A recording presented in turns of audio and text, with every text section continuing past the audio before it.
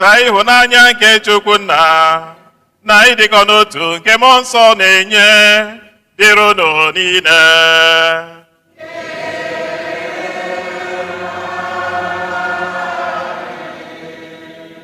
Ụmụnne m na Kristi ndị m hụrụ n'anya, udo dịrị unu niile. Unu abọọla chie. Ya anyị na-erunye maasị nke mbụ n'oge olileanya nke ọmụmụ onye nzọpụta. Ka a gụpụtara anyị ndị niile yọrọ aja maasị dị asaa, anyị na-echeta ha. Anyị na-akpọkukwe mmadụ niile ka unu tinye ebumnuche nke unu n'ekpere. So n'ụzọ pụrụ ichekwa, anyị na-anabata ụmụnne anyị ndị ụkọchukwu sonyere anyị na aja maasị ụbọchị taa.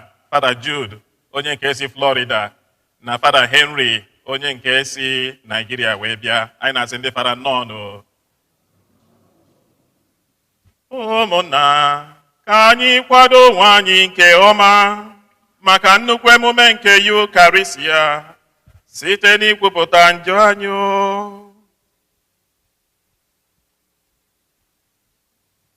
Onye bịara n'ụwa ịzọpụta ndị lọghara elogha, onye nwe anyị mee ebere.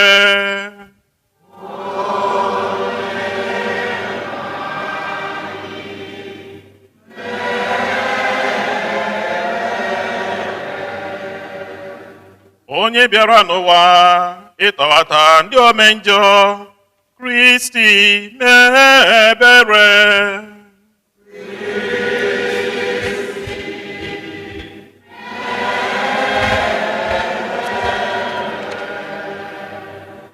Onye nọ n'aka nri na-arịọtara anyị Chukwu arịrịọ, onye nwe anyị mee ebere.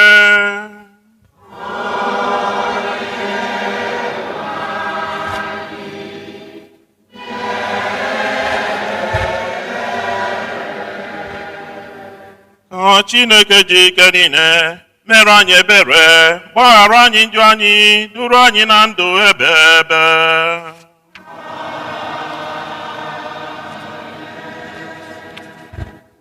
Ka anyị rịọ arịrịọ.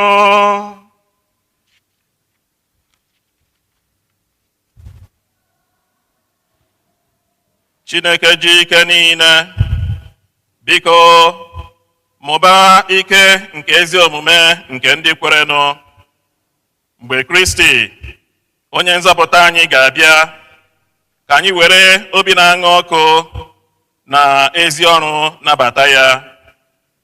Ka anyị bụ ndị doro nsọ nweta ọnọdụ kwesịrị ekwesị n'aka nri Kristi na alaeze eluigwe. Site na dị nwe anyị Yesu Kristi nwa gị, onye gị na ya dị ndụ na-achị n'ịdịkọ n'otu nke Mmụọ Nsọ Chukwu, site n'ụwa ta ụwa niile.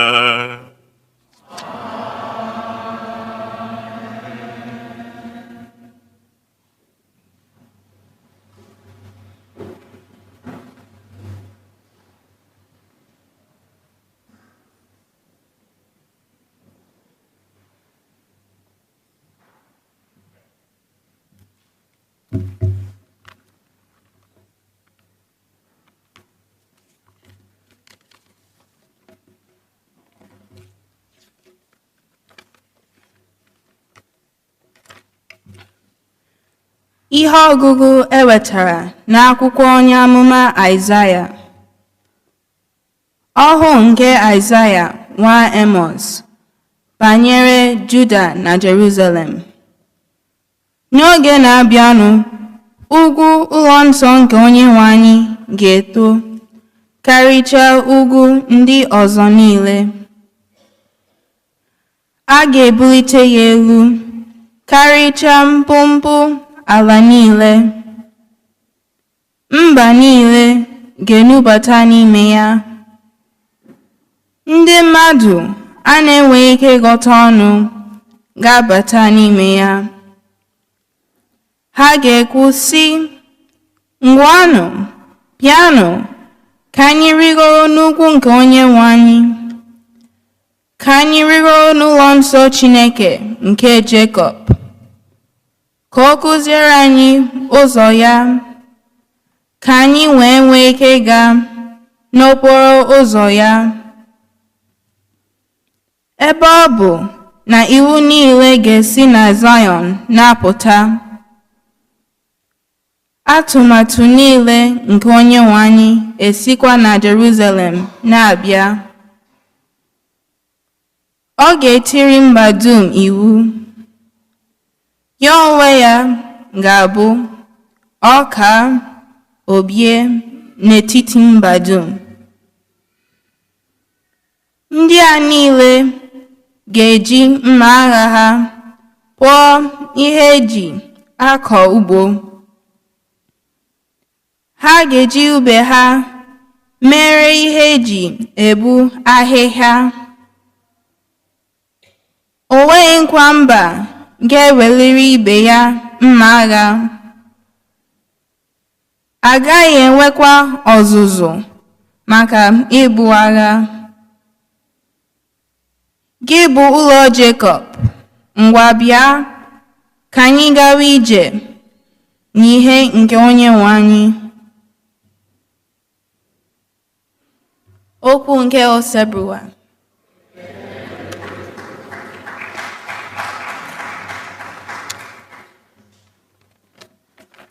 Abụ ọma na azịza ya. Ihe anyị ga-aza bụ, aṅụrịrị m ọṅụ mgbe m nụrụ ha kwuru, ka anyị gaa n'ụlọ Chineke. Azịza.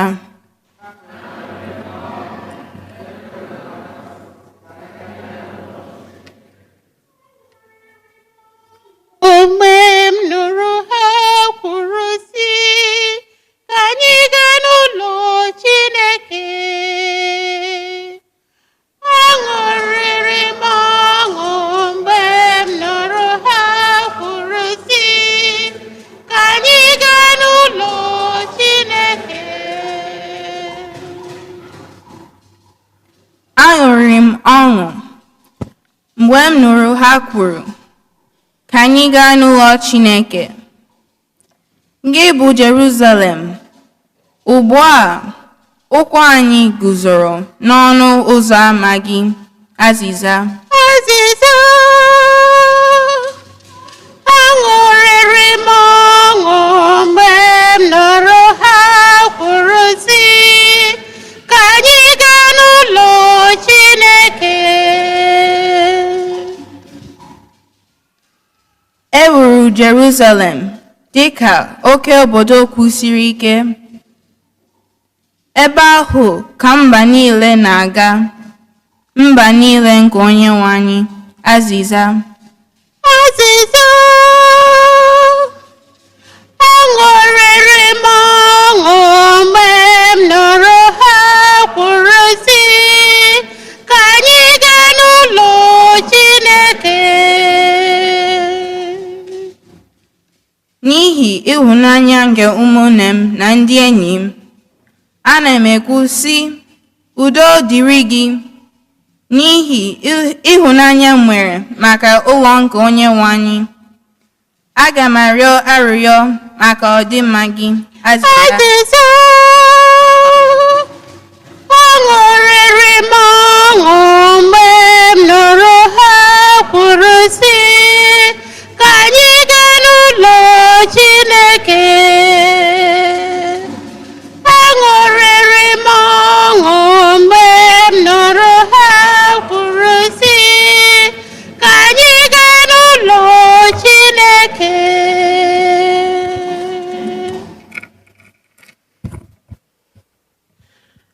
Ihe ọgụgụ ewetara n'akwụkwọ ozi Pọl dị asọ degara ndị Rom. Ụmụnna m, unu ma nke ọma n'oge ahụ eruola. Tetanụ n'ụra, n'ihi na nzọpụta anyị dị nso ugbu a. Karịa mgbe mbụ a tọrọta anyị n'okwukwe. Ọ fọdụrụ ntakịrị ga-abalị gafee. Chi ọbụbọ dị nso. Ka anyị wụfu unu ejiji ejiri mara abalị. Ka anyị yirinụ ejiji eji agagharị n'ehihie. ka anyị biwe na ndụ mara mma, ụdị ndụ ahụ mmadụ na-ebi n'oge ehihie. Ọ bụghị ndụ aṅụrụma mmanya, ọ bụghị ndụ ịkwa iko na nke ịkpa oke aghara, ọ bụghị nke oke ekwurekwu na inwe anya ukwu. Ka ngwa ọgụ unu bụrụ onye nwe anyị Jesu Kristi. Wepụnụ uche n'igbo mkpa n'ahụ na inye n'ahụ ihe dum na-agụ ya. Okwu nke osebụla ụwa.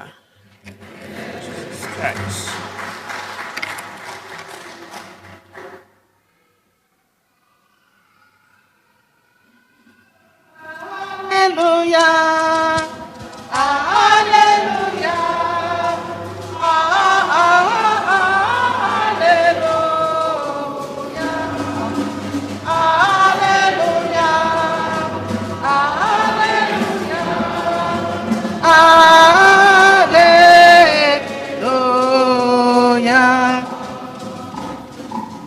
Aleluya, onye nwe anyị mee ka anyị hụ ebere gị, nyekwa anyị enyemaka, zọpụta gị.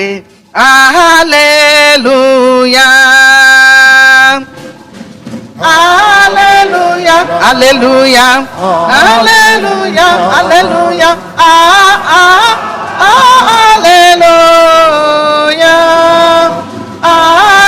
hallelujah, hallelujah.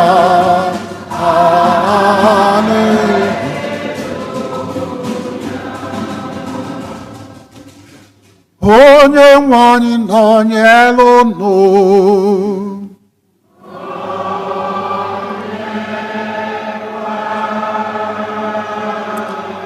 Ihe ọgụgụ nke a si n'ozi ọma dị nsọ nke Matiu dere.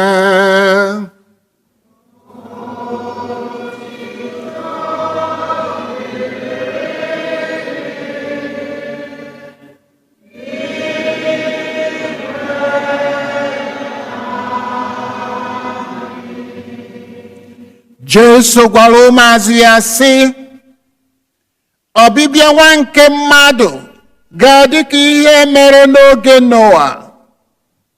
N'oge ahụ, tupu uju mmiri ahụ abịa, ndị mmadụ nọ na-eri na-aṅụ, ụfọdụ nọ n'ịlụ nwanyị, ụfọdụ nọ n'ịlụ di, ruo ụbọchị ahụ Noa banyere n'ụgbọ mmiri. Ha atụghị anya ihe ọbụla ruo mgbe mmiri riri ha dum. Otu ahụ ka ọ ga-adịkwa mgbe nwa nke mmadụ ga-abịa. Mgbe ahụ, ụmụ nwoke abụọ ga-anọ n'ubi, ewere otu hapụ otu. Ụmụ nwanyị abụọ ga-anọ ebe a na-akwọ ọka, ewere otu hapụ otu. N'ihi ya, mụrụ n'anya, maka na unu amaghị mgbe onye nwe unu ga-abịa. O were anya nke ọma na ọ bụrụ na onye nwe ụlọ ma mgbe onye ohi ji abịa n'abalị, ọ gaara amụrụ anya, ghara ikwe ka mmadụ ọbụla gbukaa ụlọ ya. N'ihi ya, unu onwe unu ga-amụrụ anya, dịkwa na njikere, maka na nwa nke mmadụ ga-abịa mgbe unu na-atụghị anya ya. Ozi ọma nke osebru ụwa.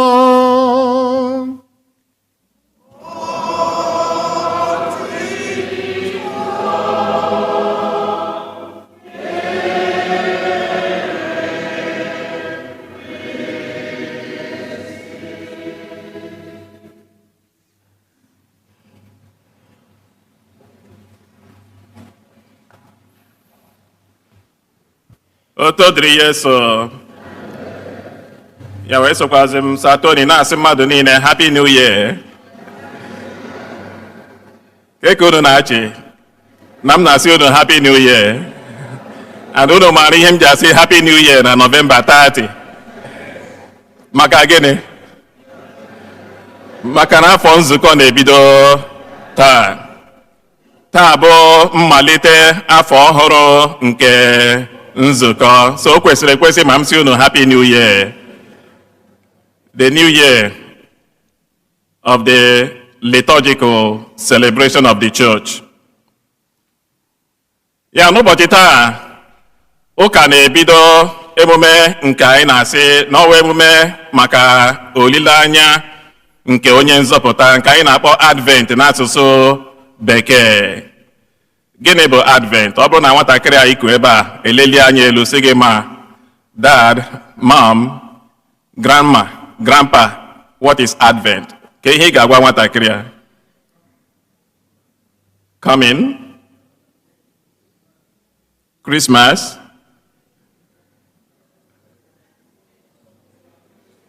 anticipation. Unu zataghị ya nnọọ kọrọ onwe unu aka. So Advent dịka asụsụ Bekee o si bụrụ si na asụsụ Latin ad venire, to come. So n'oge Advent ka mụ na unu na-atụ anya maka ọbịbịa onye nzọpụta. Mana onye nzọpụta ọ bịala ka ọ bịabe? Ọ bịala ka ọ bịabe? Ndị sọ bịala ha weli aka elu. Good. So ihe anyị na-eme na Advent dị ụzọ atọ. Nke mbụ anyị na-echeta ọmụmụ amụrụ Kristi n'oge gara aga. Bụkwanụ nke anyị niile na-akwado ugbu a, ndị niile gawara Black Friday market. Ụfọdụ sị m na ha gara aga goo ihe ha na-enye ndị mmadụ na Christmas. So oge Christmas anyị na-eme emume ncheta ọmụmụ onye nzọpụta. O kwesịrị ekwesị na anyị ga na-enye ndị mmadụ onyinye. That is what we are remembering, the birth of Christ over 2,000 years ago. Mana ka Christ bịara, ụka na-echetakwara anyị si na dịka anyị si ekwu mgbe anyị na-asị ka anyị kwupụta na ihe omimi nke okwukwe anyị na-eme ugbu a. Anyị sị gịnị? Anyị na-ekwupụta o Kristi wee ruo mgbe Kraịst ọ ga-abịa ọzọ? Ele mgbe ọ ga-abịa?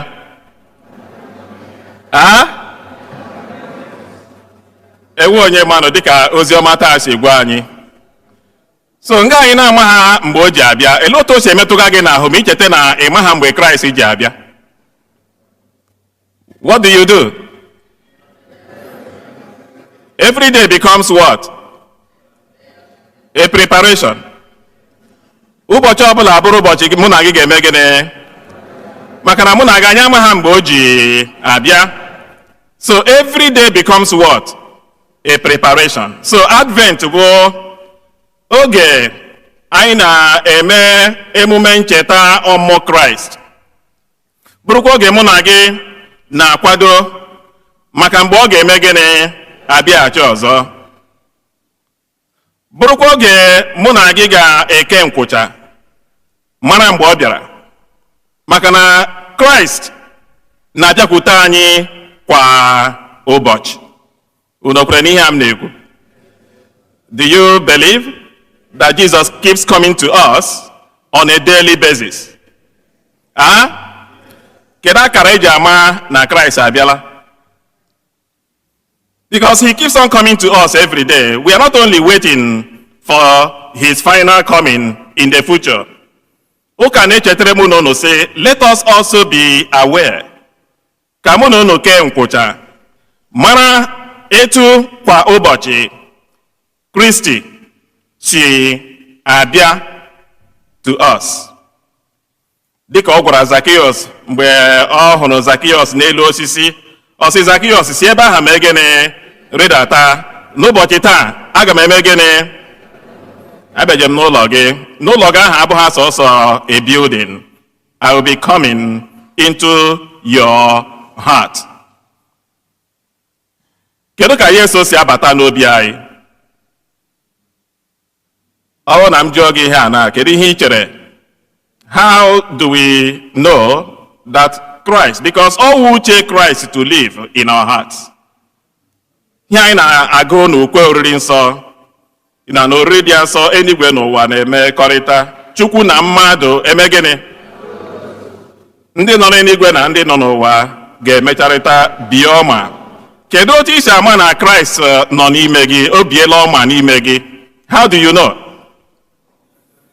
Maka na Advent oge na-enyere anyị aka to know when Christ is already present in us, because all uche ya na onye ọbụla n'ime anyị n'ebe a, he wants to live in our hearts.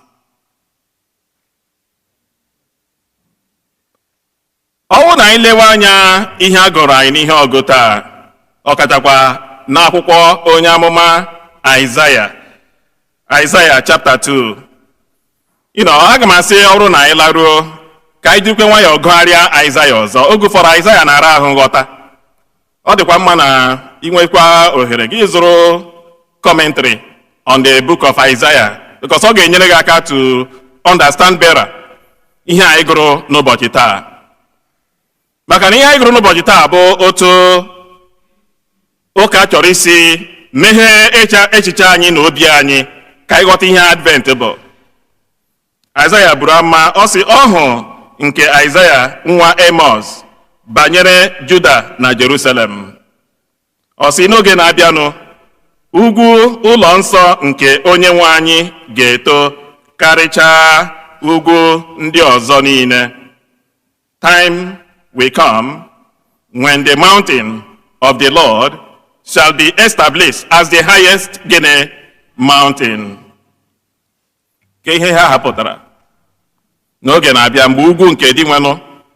Ọ bụ na anyị na-ele anya n'akwụkwọ nsọ, kedu ihe ugwu pụtara? The mountain is always a symbol of where God dwells. Moses gara Mount Sinai, ebe a ka ọ hụrụ Chineke. Ugwu na nsọpụrụ ka a na-ahụ n'elu ugwu. Akwụkwọ nsọ a wee na-asị anyị n'oge ga-abịa mgbe ugwu nke dị nwenụ na a ga-edewe ya ọ karịa ugwu niile. We are talking about us right now. Ya anyị ga-ahụta onwe anyị na amụma a Isaiah na-ebu. What does it mean when the mountain of the Lord is established as the highest mountain in your life? Ọ pụtaziri na ihe niile ị na-eme Chineke ga-epu ụzọ mee gịnị wụrụ number 1. Unu kwetere n'ihe a m na-ekwu?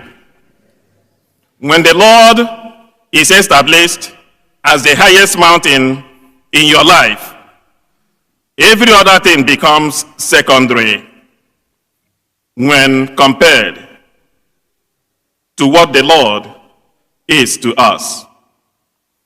So ọ bụzi na anyị lewezie ya anya otu ahụ ugbu a, anyị ga-ajụwazi onwe anyị sị, is the mountain of the Lord the highest mountain in our lives? Ndị ọ ga-ajụjụ a, kedu ihe ị ga-ekwu? Or olo? Kedu otu anyị ga-esi mara na ugwu nke dị nwenụ karịrị ihe niile? Maka na anyị nwere ihe a na-akpọ competing values. Nke a mụ na gị nọ na enwere ihe dị iche iche na-adọ mụ na gị right and left. Enwere ụfọdụ ihe ndị unu hapụrụ bi ebe a. Unu gara agawa na beach now because we have good weather. You could have been doing your exercise somewhere. You could have been, having some good fun somewhere.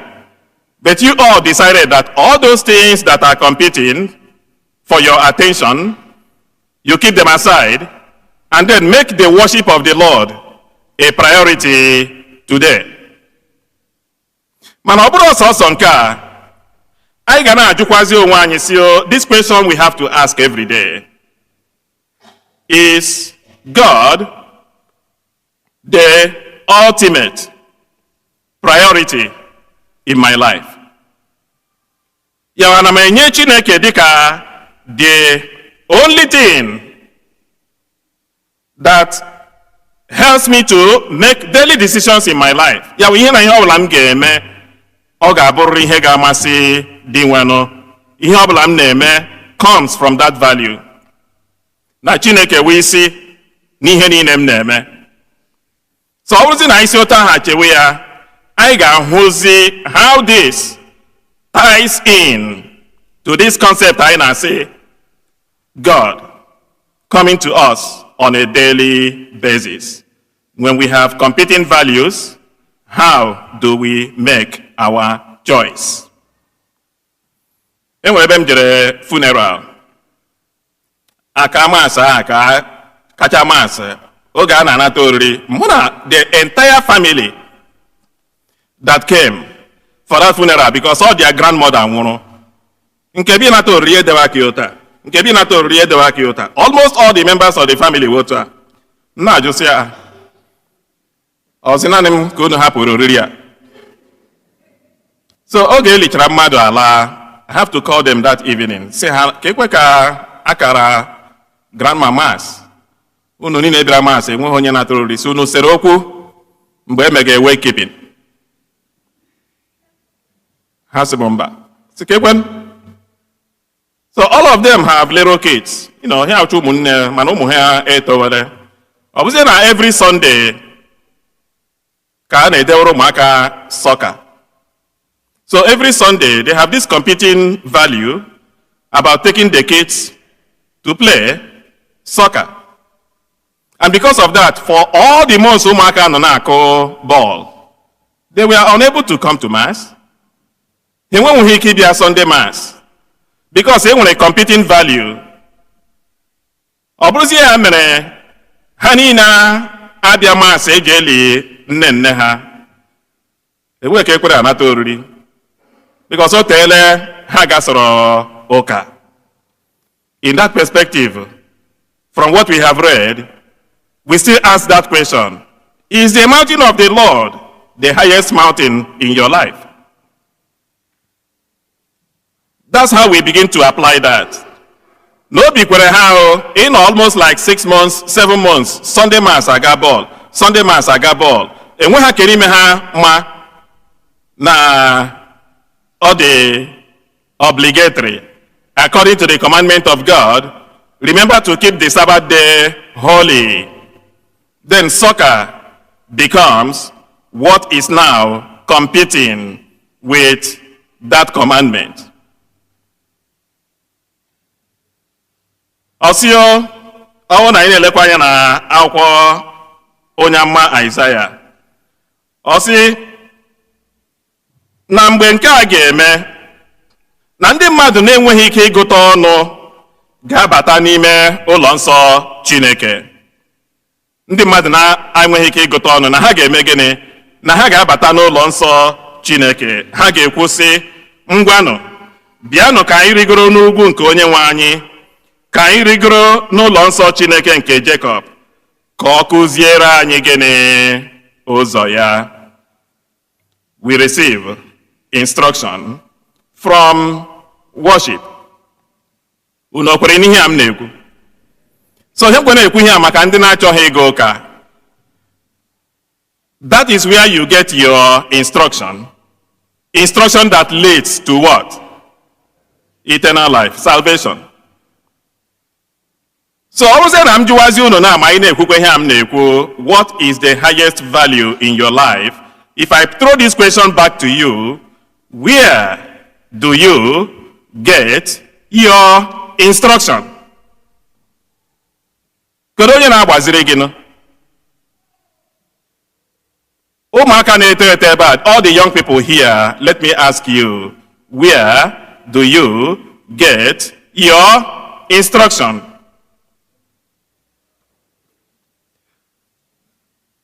Anyway, one movie ha mere where they were, showing how things got bad in the early Christian time. Where people began to be anti-Christian. So, ana na-emegide ndị otu Kristi, ebe ụfọdụ agba ụlọ ụka ọkụ. So mmadụ abụọ si ebe ahụ agbara ụlọ ụka ọkụ na-agafe on the road, ha na-ele ebe ntụ ụlọ ụka ahụ nọ, ha na-eti si na mgbe ebe a na-eju eju na ha maazị ebe ndị mmadụ na-aga. The other person put it as a joke. Also now people go to Google. And that's the truth. Many of us now get their instruction from Google. Ụfọdụ na-enwetakwa instruction ha from AI.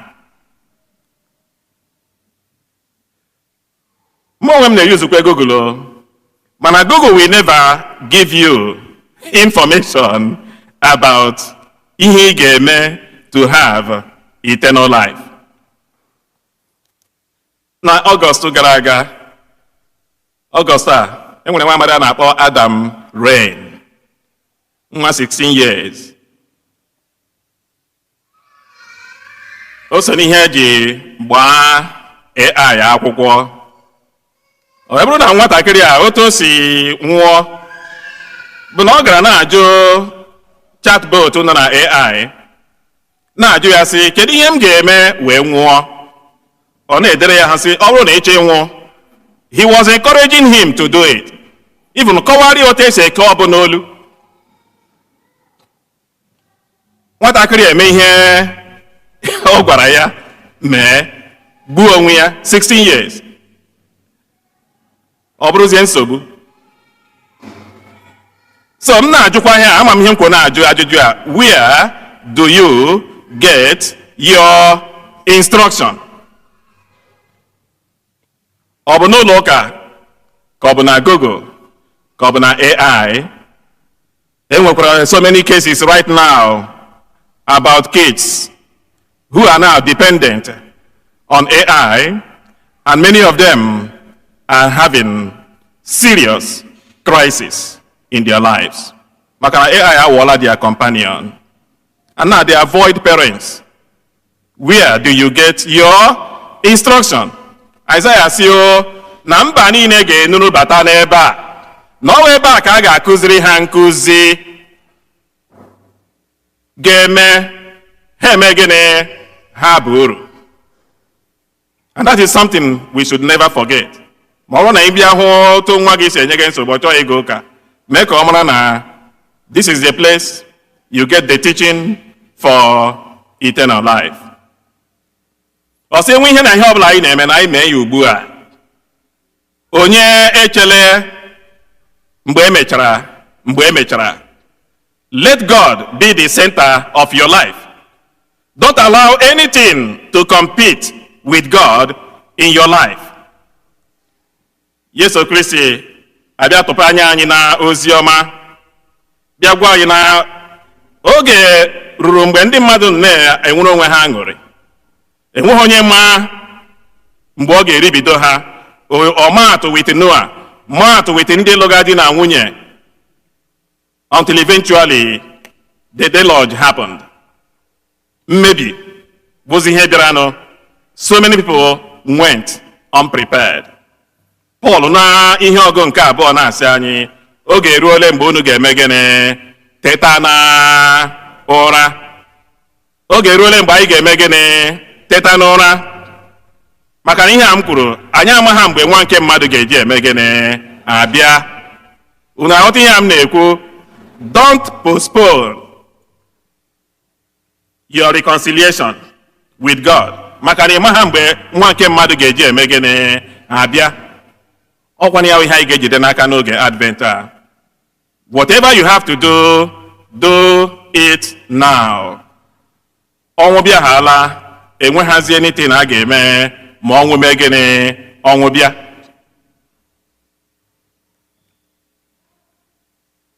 N'ụlọ ọgwụ, a na-akpọ m many a time ma mmadụ nwụọ. So ọ bụrụ na akpọ gị mgbe mmadụ nwụrụ, family is desperate, ka akpọ fada. Oge ụfọdụ ha yọwa gị si biko tee onye a mmanụ. Ọ bụrụkwa na onye ahụ ya dịtụ ekpemọkụ, anyị ete. Mana ọ bụrụ onye ahụ ya jụrụla oyi, anyị agụwa na ha si o na sakramenti ahụ sakramenti nke ndị dị ndụ. Mana there was something that happened. You know, a woman, di ya wụ a landscaper. Then, ọ bụzi ụbọchị ọ gara ọrụ, o si n'elu osisi megịnị daa. Ụbọchị ọ dara, ndị nwe ụlọ anọghị ya. So ọ dara, enwe onye mmadụ na ọ dara. Ọzụ nwatakịrị na-agafe n'ụhụziri ebe ọ tọgbọ. Tiwezie mkpu. People called the ambulance. Then when they came and picked him up, he was already gone. So an emergency department, you know, it was dead on arrival. There was nothing they could do. Apo Wunya was really devastated. Yes, you want father. And then when I came, the woman I bido simbiko, na all I'm game Kachineke ya namme.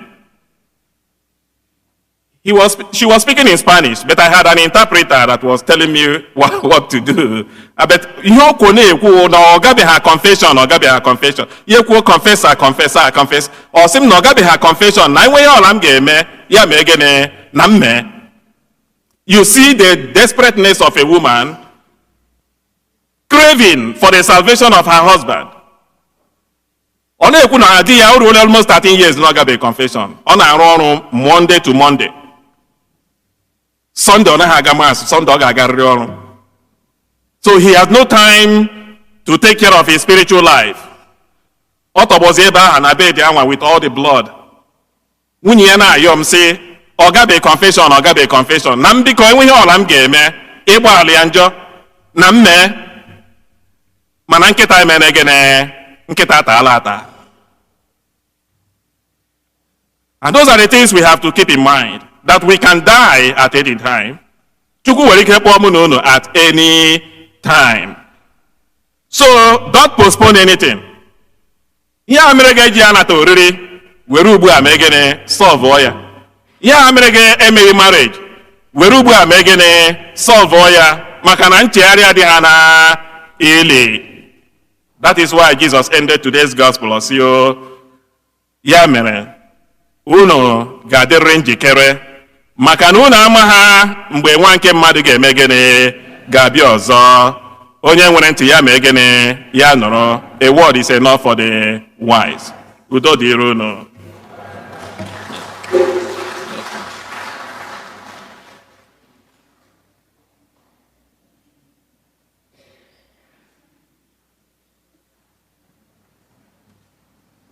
Ekwem n'otu Chineke.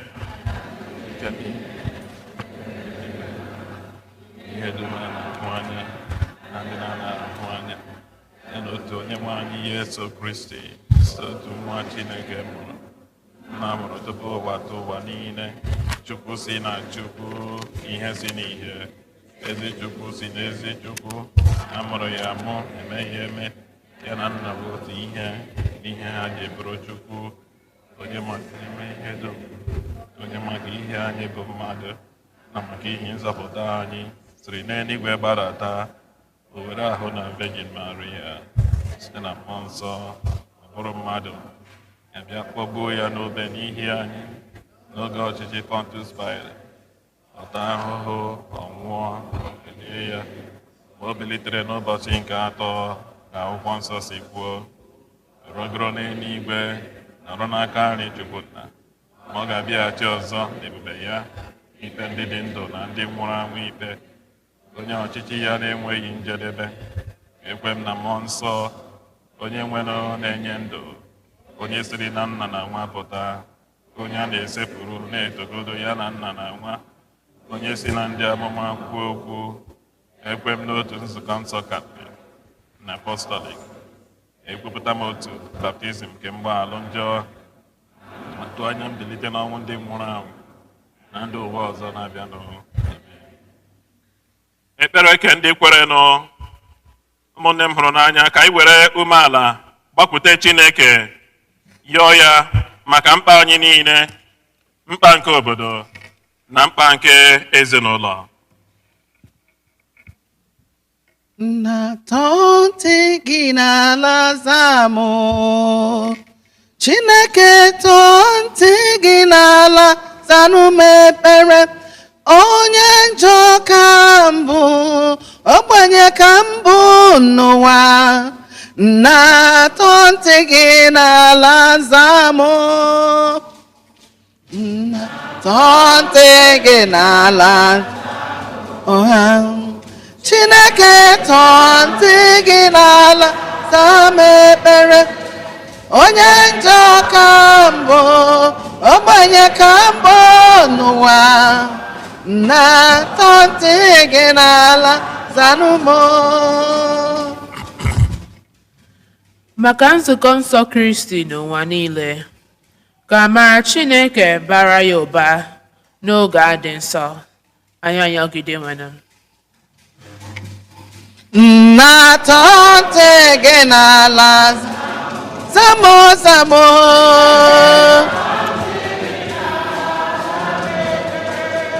onye njọ ka mbụ ogbenye ka mbụ n'ụwa na-atọ ntị gị n'ala zamo. Maka ndị ndu obodo nakwa ndị na-arụ obodo ọrụ, ka ha jiri obi ọmịiko dị uche na-ahụ maka ọdịmma mmadụ niile, anyị anyagide nwere. Na-atọ ntị gị n'ala zam ekpere zanụ m ekpere onye njọ ka mbụ n'ụwa na-atọ ntị gị n'ala zamụ. Maka ndị ọdachi dabidoro bụ ndị nọ na nwagharị ihe mebigasịrị na-emebi, ka ha nweta mgbamume na enyemaka, ka ndị ihe ọdachi na-emetụta nwee mmụọ onyinye nyere ibe ha, anyị anyagide nwere. Na-atọ ntị gị n'ala zam ekpere Chineke tọọ ntị gị n'ala zanụ m ekpere onye njọ ka mbụ ogbenye ka mbụ n'ụwa na-atọ ntị gị n'ala zamụ. Maka ndị nọ naanị ha, ndị furu efu, ndị ogbenye na ndị ọrịa, ka ha nweta olileanya, enyemaka, nkwazi ọgwụgwọ, anyị anyagide nwere. Na-atọ ntị gị n'ala zamụ zamụ Chineke tọọ ntị gị n'ala zanụ m ekpere ọ bụ m onye njọ n'ụwa ogbenye ka mbụ n'ụwa na-atọ ntị gị n'ala zamụ. Maka ndị niile gbakọrọ n'oche nri dị asọ, ndị na-eche ọbịbịa nke dị nwere anyị n'ime ndụ ha, ka amara Chineke bara ha ụba, anyị anyagide nwere. Gosi m ebere gị abụ m onye furu efu onye njọ ka mbụ biko Chineke nna m gosi m ebere gị. Maka ndị niile wugoro ọkacha ndị anyị na-echeta na Jamas tata, ka ha site n'ekpere na arịrịọ anyị nweta ebere Chineke na ezumike ebe ebe na alaeze eluigwe, anyị anyagide nwere. Gosi m ebere gị Chukwu abụ m onye furu efu biko onye njọ ka mbụ biko Chineke nna m gosi m ebere gị.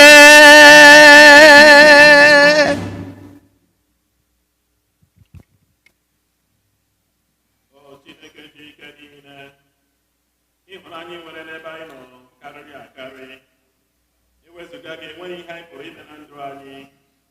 Anyị na-arịọ ka ịnabata arịrịọ niile ka anyị rụnyere gị n'efere gị ndị kwerenụ, mezuru anyị karịa ka anyị rụrụ gị n'efere ugbu a. Anyị na-arịọ nke a site na Kristi onye nwe anyị.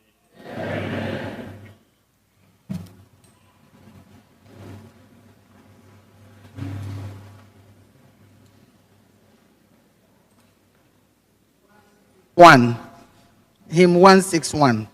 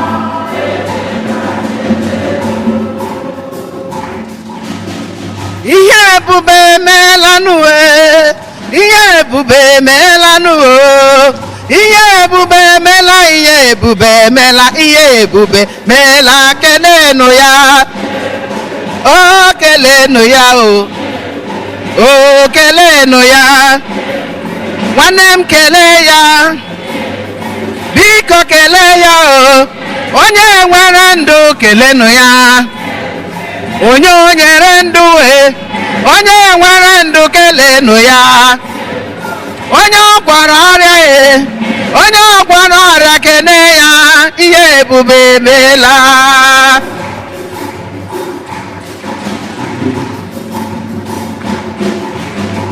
ihe ebube melanụ ihe ebube melanụ ọkarije na mmiri ya ihe ebube mela o metụrụ nwaanyị aga aka nwaanyị aga mụ nwa ole onye ogbi anya onye ogbi onye kwuwe okwu kelenụ ya biko kelee ya onye gọziri kele ya onye nyere ọmụmụ kelenụ ya onye o mere mma kele ya onye bulire nụ kele ya onye nwere ego kele ya onye nwere ụlọ kelenụ ya ihe ebela kelenụ ya o kelenụ ya o kelenụ ya o kelenụ ya nume ihe ebube melanụ onye ogbe kwube kokwe onye ngwọrọ gara ije nwa jese emerigo ọnwụ enwe enweghị ike ọzọ kelenụ ya o kelenụ ya o kelenụ ya o kelenụ ya ọ gọziela m Chineke ọ gọziela m ebighị ebi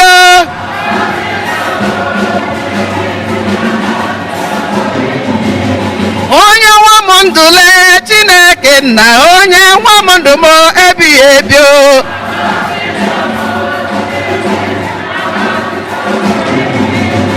o buliwo meluwo dadi m nna m o buliwo menuwo ebighị ebi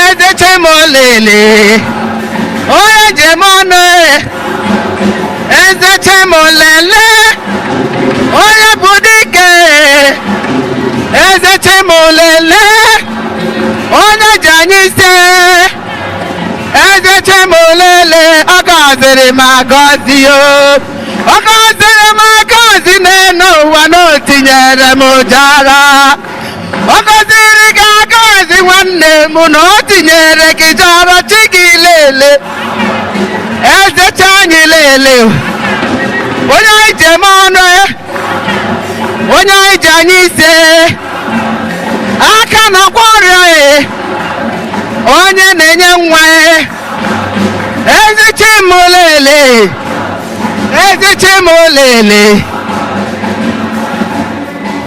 ị ga-asị m efela ya ọkịka emere m ihe ọ na-emere m ị ga-asị m onye na-eme mma na mewere anyị ihe anyị na-arịọ nụ ya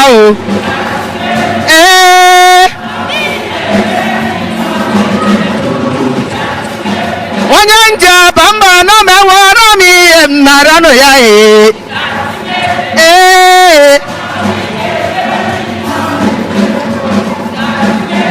ike nkwa bamba n'ọnụwa na mmadụ nnara ya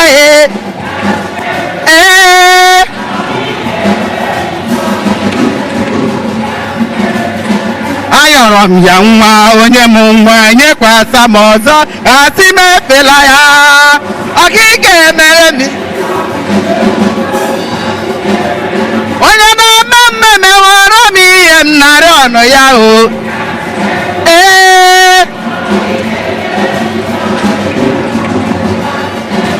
kedu ihe m ga-enye ya Chineke ọma mma mma zuru ahụ m ga-emere chi odogwu n'agha ọ bụ onye ga-akọchasị ya mmeso ọma Chineke abụ ọma ka njiga na-eru gị Chineke abụ otito ka njibịa ezugo zoro m na-eto ya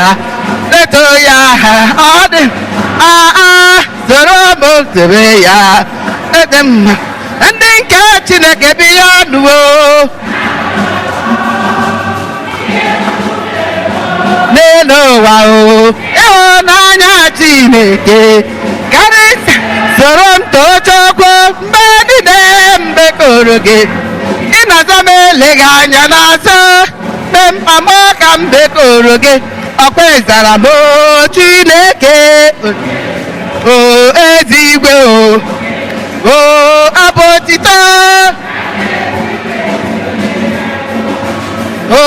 abụ otito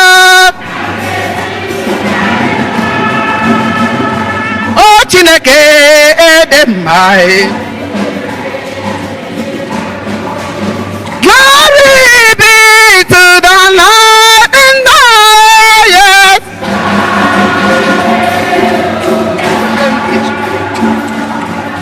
Glory be to my God in the highest. Hallelujah. Hallelujah. Hallelujah. Hallelujah. o mere gị mma ọ ga-eme gị mma eme eme eme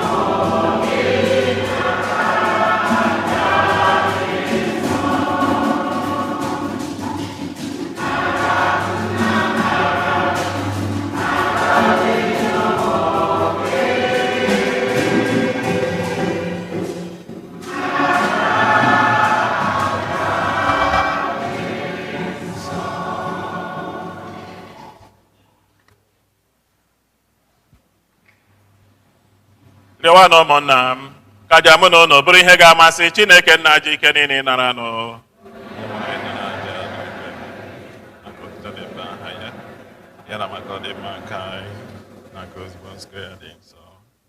Onye nwe anyị, biko nara onyinye ndị a anyị sitere n'ihe ọma niile i nyere anyị were na-ebutere gị. Otu isi eme ka ofe anyị na-efe gị n'elu ụwa na-adị ire, mekwa ka anyị nweta ụgwọ nke nzọpụta ebighị ebi site na Kristi dị nwe n'anyị. Onye nwe anyị nọnyere unu.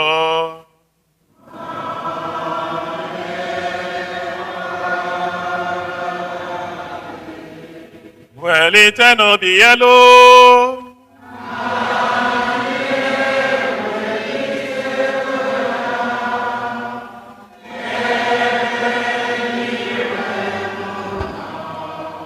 Anyị nye n'ụdị nwenụ Chukwu anyị ekene.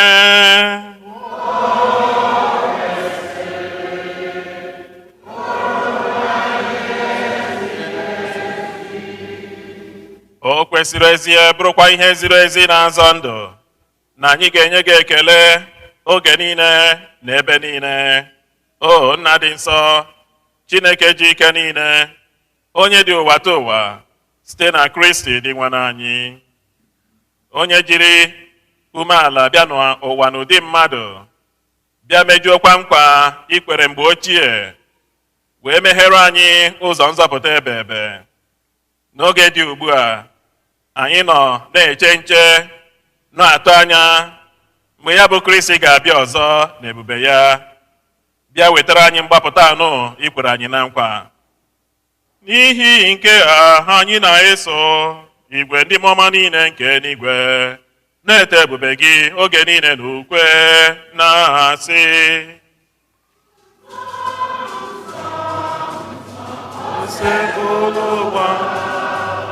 Chineke nke igwe dị agha, ebube gị jupụtara na eluigwe n'ala. Hosana, Hosana, Hosana, Hosana n'elu kasị elu. Ọ dị ngọzi bụ onye bịara n'ahụ Onyenwe anyị.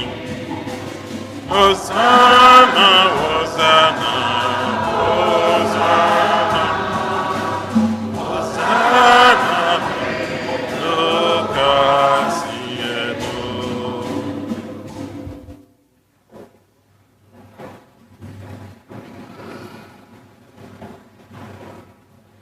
Nna, ị dị nsọ ezie, sọ gị na-edo ihe dum nsọ.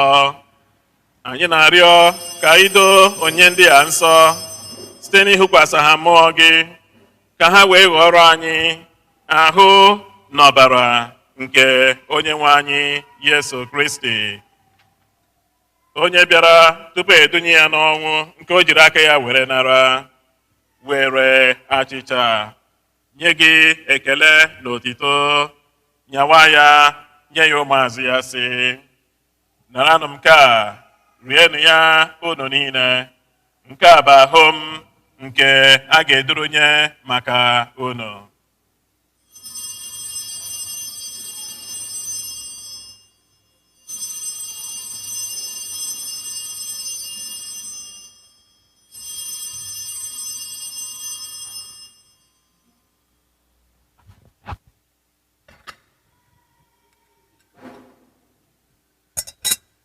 Otu ahụkwa ka o si mee mgbe ha ritere nri anyasị, o buru iko mmanya, nyekwa gị ekele na otito, bunye ya ụmụazụ ya sị, naranụ m nke a, ṅụọnụ ya unu niile, nke a bụ iko nke ọbara m, nke ọgba ndụ ọhụrụ dị ebebe, a ga-agba ya n'ihi unu na n'ihi mmadụ niile, ka e were gbaghara njọ. Na-emenụ nke a na ncheta nke m.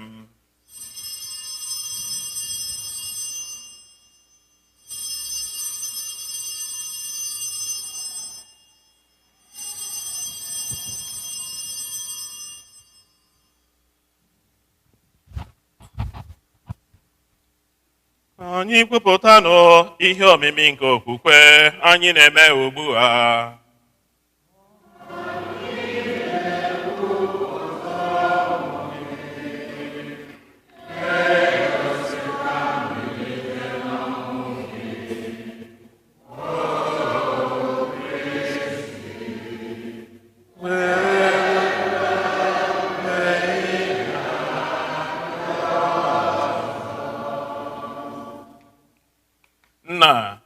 Na ncheta nke ọnwụ na mbilite n'ọnwụ nke nwa gị, anyị ebunye gị acha nke ndụ na iko nke nzọpụta.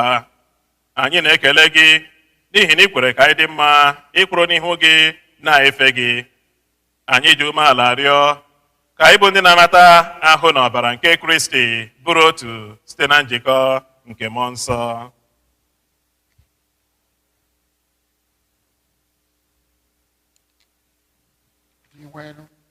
Cheta nzukọ gị gbasara n'ụwa niile, mee ka o zuo oke n'ịfụnanya ya na popu anyị Leo na bishọp anyị Jose na ndị echiri echi niile. Chetakwa ụmụnne anyị ndị ji okwukwe wee gaa n'ezumike nke ọnwụ. Kpọbata ha na ndị ọzọ niile nwụrụ anwụ n'ihe nke ebube gị. Biko mere anyị niile ebere ka anyị soro Virgin Maria dị ngọzi, nne nke Chukwu, na ndị apọstọl na ndị nsọ gị niile, ndị mere uche gị n'ụwa wee keta ndụ ebe ebe, ka anyị sorokwe ha na-eto gị na-edo gị ebube site na Jesu Kristi nwa gị.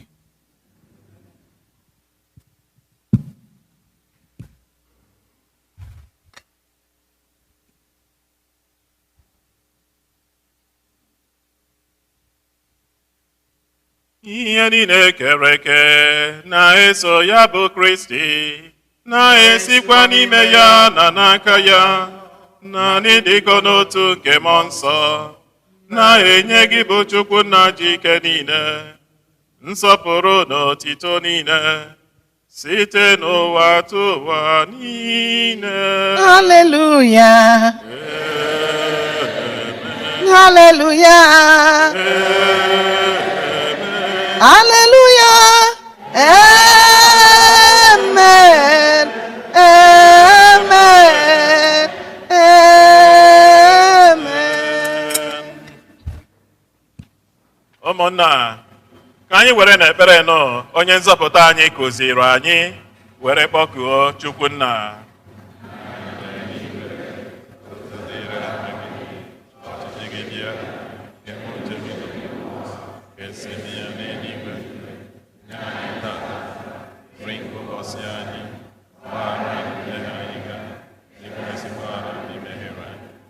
Ekwela ka anyị kwenye na nrọ anyị, ma zọpụta anyị zọpụta anyị na-arịọ gị o sepụrụ ụwa n'ajọ ihe niile, were ebere nye udo n'oge nke anyị site n'inye aka ebere gị, ka a zọpụta anyị na njọ oge niile, anyị were gbara ha nsogbu niile, were nchekwube dị nsọ na-atụ anya maka mbịaghachi nke onye nzọpụta anyị Yesu Kristi.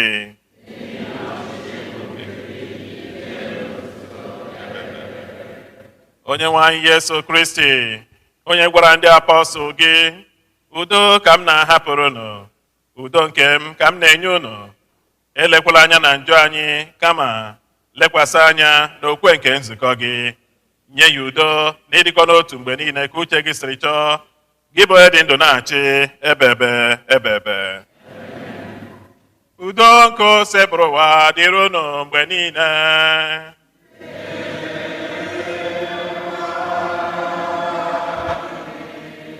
Ka anyị nyerịta n'onwe anyị ekele nke udo.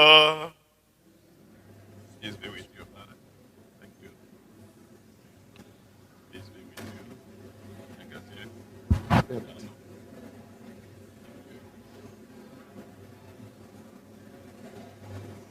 Peace be with you. Peace be with you. Peace be with you. Peace be with you.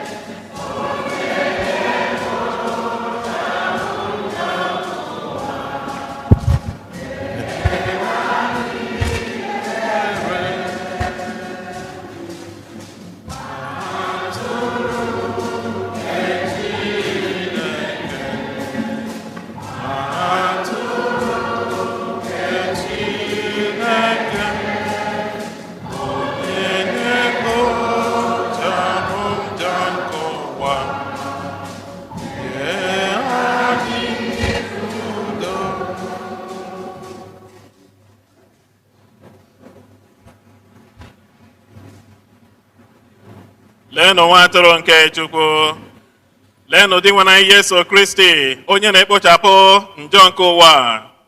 Anyị niile nwere isi ọma bụ ndị akpọrọ n'oriri nke nwa atụrụ Chineke.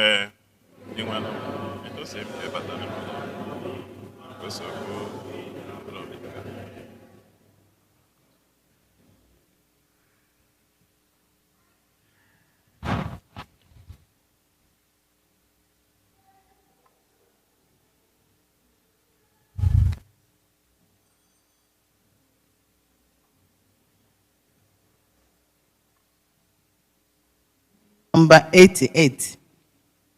88.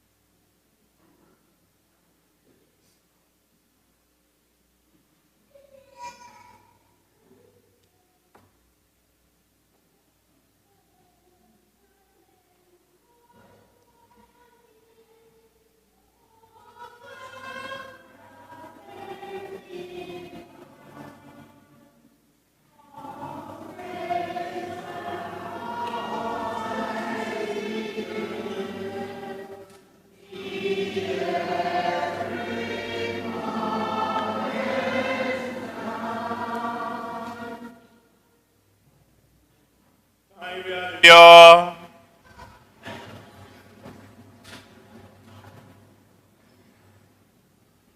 Biko Onyenwe anyị na-arịọ gị mee ka ihe omimi nke a anyị na-anata ugboro ugboro nyere anyị aka n'ụwa, mekwa ka anyị bụ ndị bi n'ụwa na-agafe agafe nwee ịhụnanya ugbu a maka ihe nke eluigwe iji keta oke n'ụwa ọzọ site na Kristi Onyenwe anyị.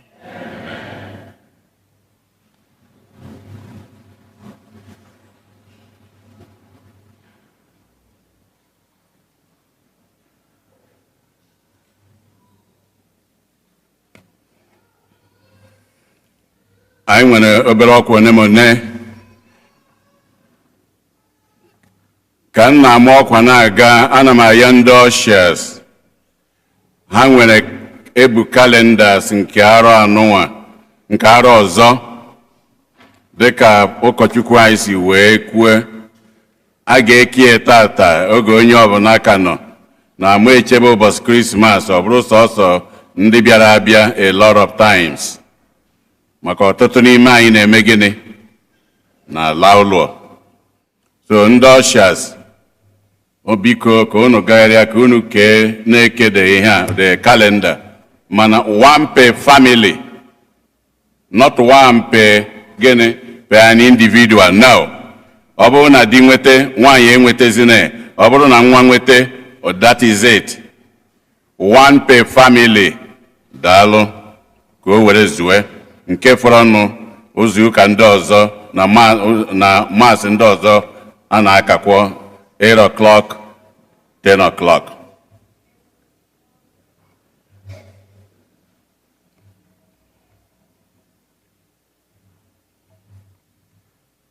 Monday ofu izu ụka echi ya ka December 8 ka a ga-enwe penance service maka Christmas 7 p.m. Monday ofu izu ụka echi ya ka a ga-enwe penance service ebe a.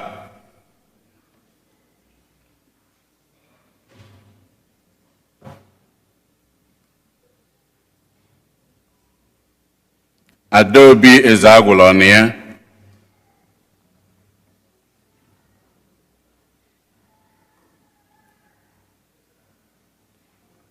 Ọtụtụ n'ime anyị mụ ya.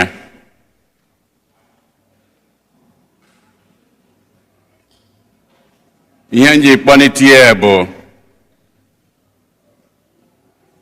di ya bụ Mike Ezeagwụla nke anyị niile maalụ, nke bụkwanụ part and parcel of ndị community anyị. Mgbe anyị nọ na St. Cecilia, ọ na-afụkọta ndị niile na serve mass, serve serve. Ka a na-eke ka anyị ghara ikwu okwu n'azụ, biko nyanwa na onwe ya iri arọ 17 ka ọ nọ na-akwa ọya. Ijekwe n'efu ya Ọsụmụ Ikebodo nwaanyị Anambra, ọ na-emete m mma. Ọ rapụ nwanne nya bụ Mike Ezeagwụla, ọ bụ nwunye ya Adaobi Ezeagwụla.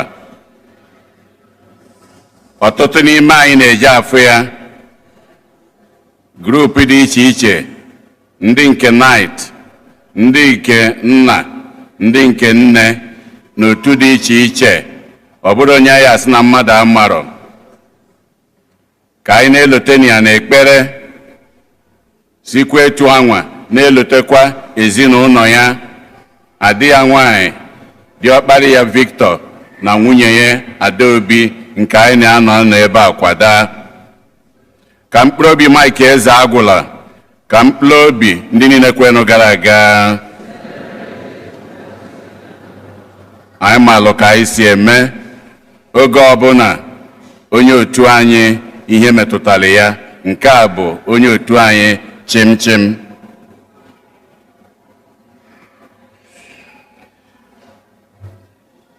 Kịta ana m akpọnite David Ifedeba, onye isi ndị young adult na Ikusa niile.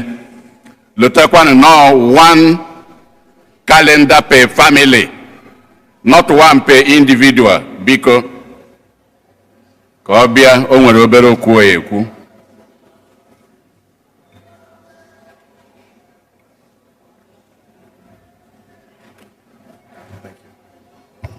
Say Eugene, Otito didi Jesu. Praise the living God. Because Ikusa Young Adults, we are very grateful for the year that we've had. And I want to say happy Thanksgiving to everybody here. This past month, we have incorporated a monthly Bible study that has continued to grow and has been an inspiration from our Bible study and meditation from Ikusa Convention in Houston. I have to announce that our final Bible study will be next Sunday, the 7th at 4 p.m. and it's open to all young adults here. Additionally, today we'll be having our final general body meeting from 4 p.m. to 5 p.m. Pacific time to commemorate the Ikusa year for the young adults. If any young adults have any questions pertaining to this meeting, please find me after church for more information. Otito didi Jesu. Praise the living God. Thank you all. Happy Thanksgiving.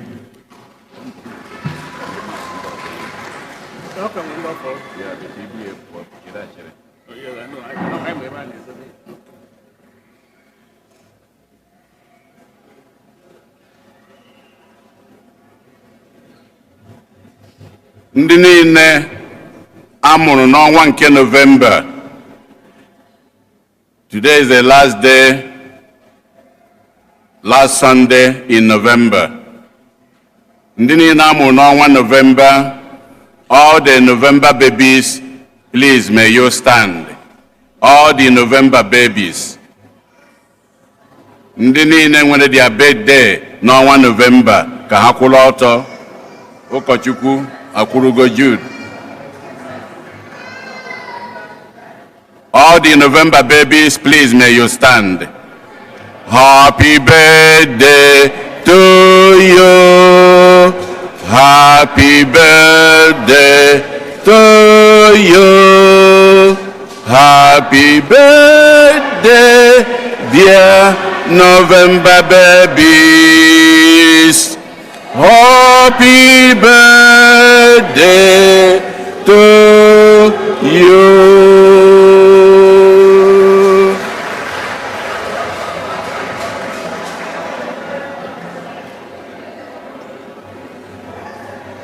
Ketazi, anyị na-ekene mmadụ ncha nke ka nke, anyị na-ekene ndị fada Henry Anyabike nke anyị na-anọghị ebe a eri ụka abụọ na ịtọ mana echi ka o ya adawakwa na be anyị na-ekene ihe fada Anyabike Henry.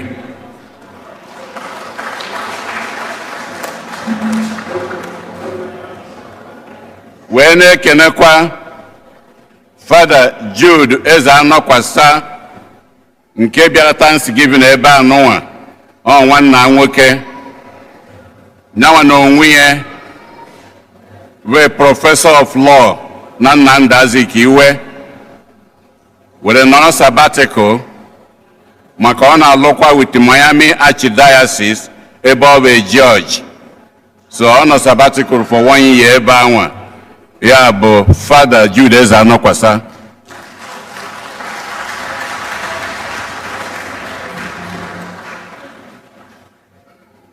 Wee na-ekenezi fada nke kala anyị ụka tata anyị maalụ nwanne anyị nwoke ụkọchukwu Kenneth Chukwu.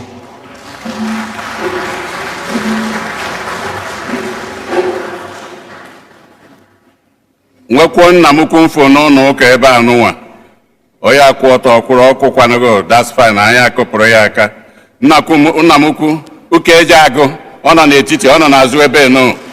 Ka anyị kụfụrụ na ya aka biko. Ketazi,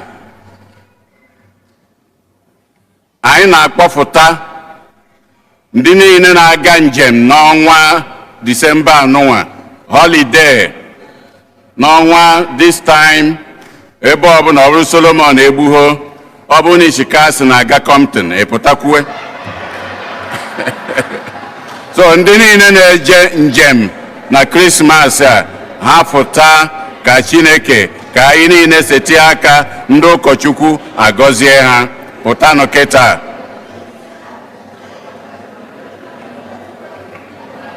Holy water.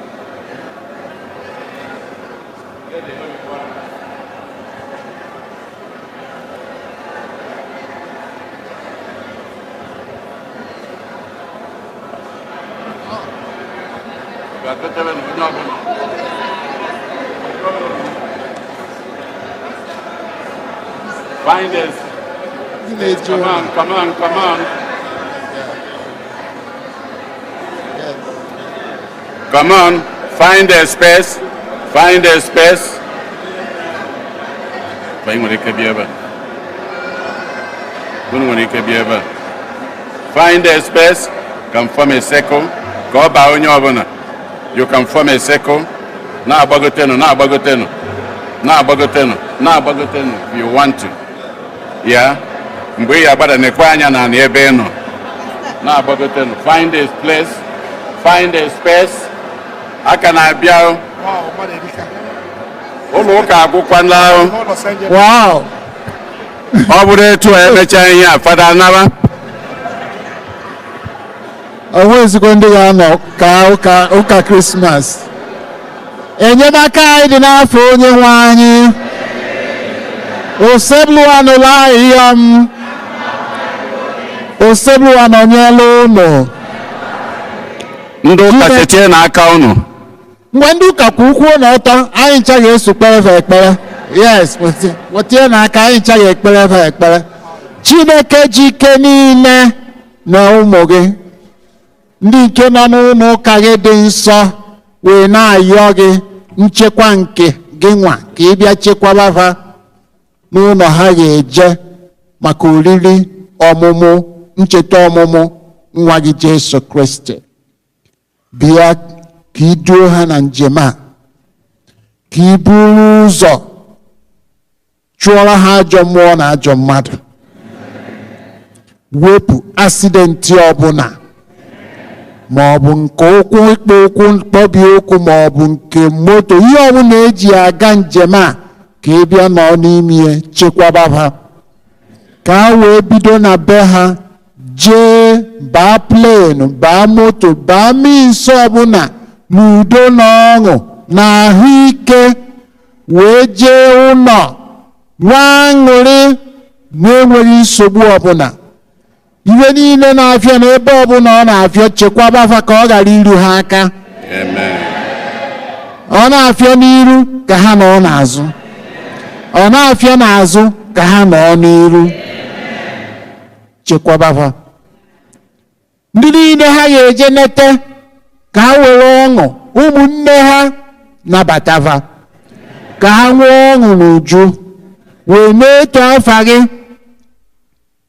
ka isi edu ha, ha na-agbasakwuazi ozi ọma na ndụ ha ga-ebi na okwu ha ga-ekwu, nzukọ niile ha ga-eje ka ha were ozi udo nke egosipụtara mbuni afọ enu a na-ebuni gị n'ọmarịcha ụlọ ụka ka ha bụrụ ozi ekene a, ozi udo, ozi ịfụnanya wee gaa njem a.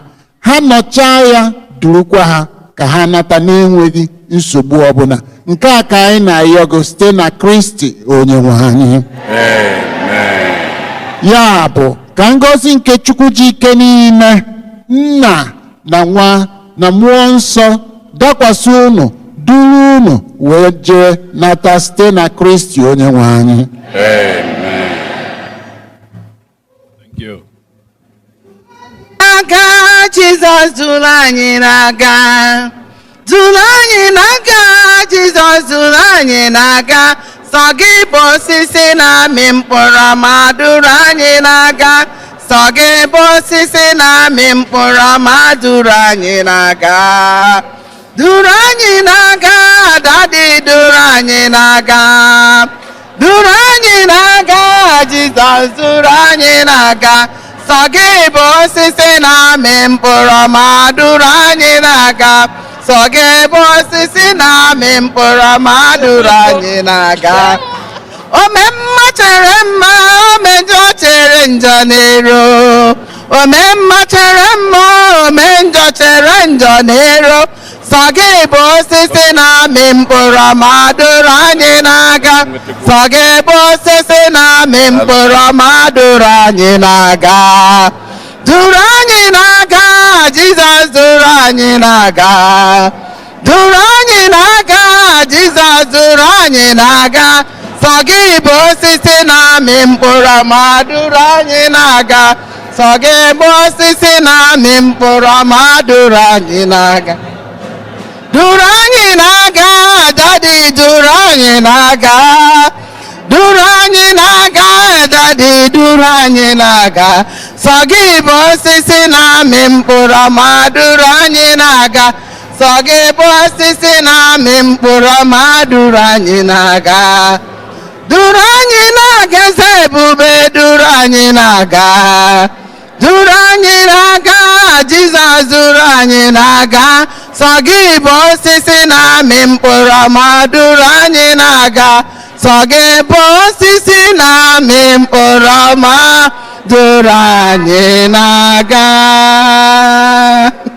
Ọ bụrụ na agbasa ezinụlọ Jane na Ibezimagụ so na ha ya enye anyị nri anyị ma na ilu ka anyị si eme biko ụmụaka ga-ebu ụzọ ndị okenye esotezie na anyị na-emekwa ka anyị gbaa mbọ hụ na ebe anwa niile na ọ dị ọcha ka anyị ghara imetọ ebe a daalụnụ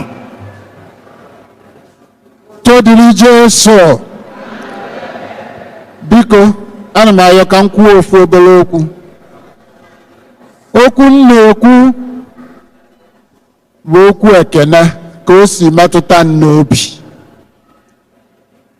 maka Jesu kpọrọ ụmụazụ ya wee rigo na Mount Tabor Peter, James and John na Transfiguration ka ha na-enecha ihe na-emenụ ihe ha fụ ha gbadata Jesu gbadata ha sị ha na ọ ka ha mma ka rụọ okpukpe ite ebe a ka ha na ozi ebe a ghara ị na-ana o wee bụrụ ya na ihe m fụrụ ebe a that is amarọ nka m ga-esi wee kwu ya ya bụ o buru m isi ka the order ma ihe niile abịa mass Thanksgiving here that is amaghị nka m ga-esi kwu ya na-abụrụ jidenu ka unu ji jidenu ka unu ji jidenu ka unu ji ndị niile na-agba mbọ wee wudo parish unu na-ebunye afọ anyị enu ndị Igbo n'enu kacha enu unu na-ebunye afọ anyị enu maka mgbe mụ na Fara na-ekwu na ọ sị na unu kwụ chinchem ọ Fara gwa m financially na unu kwụ chinchem unu na-eme and onwe ihe dị ka ya diocese archdiocese ahịa eji unu na-egwu egwu maka unu kwụ chinchem unu dị serious and etu a ka Chukwu wee sikwuo dịkwuo serious ekpere unu kpere ebe a na ihe niile Chineke anabata ya n'aha Jizọs biko na ọkwa ya ka ọ sị ka nkene ndị niile bido na parish priest na ndị niile na-agba mbọ and I see commitment my the adults when people are active the choir I can't finish without giving a vote of thanks to the choir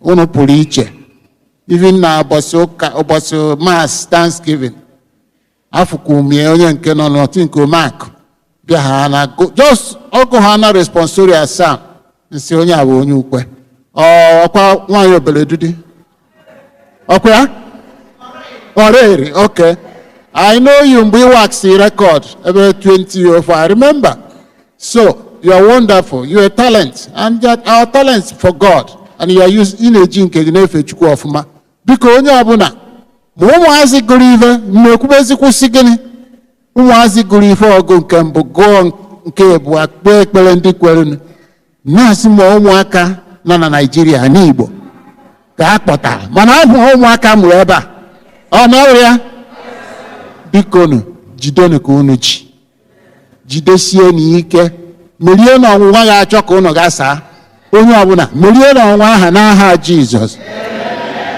oto dịrị Jesu Kristi.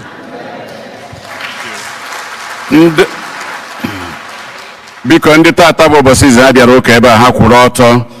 First time worshiping with us here, please may you stand to be recognized. Ayonwelo. Oh, when the young people over there, we give them thanks. We'll look at them at the back, 4 of them. We welcome you. Whenever you are around, please come back to worship with us. Thank you. Thank you. Onye nwe anyị nọnyere unu.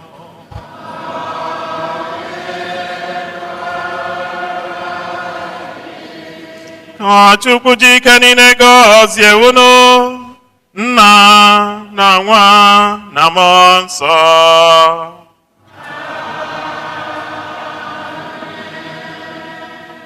Nabano misa gwụsịwo.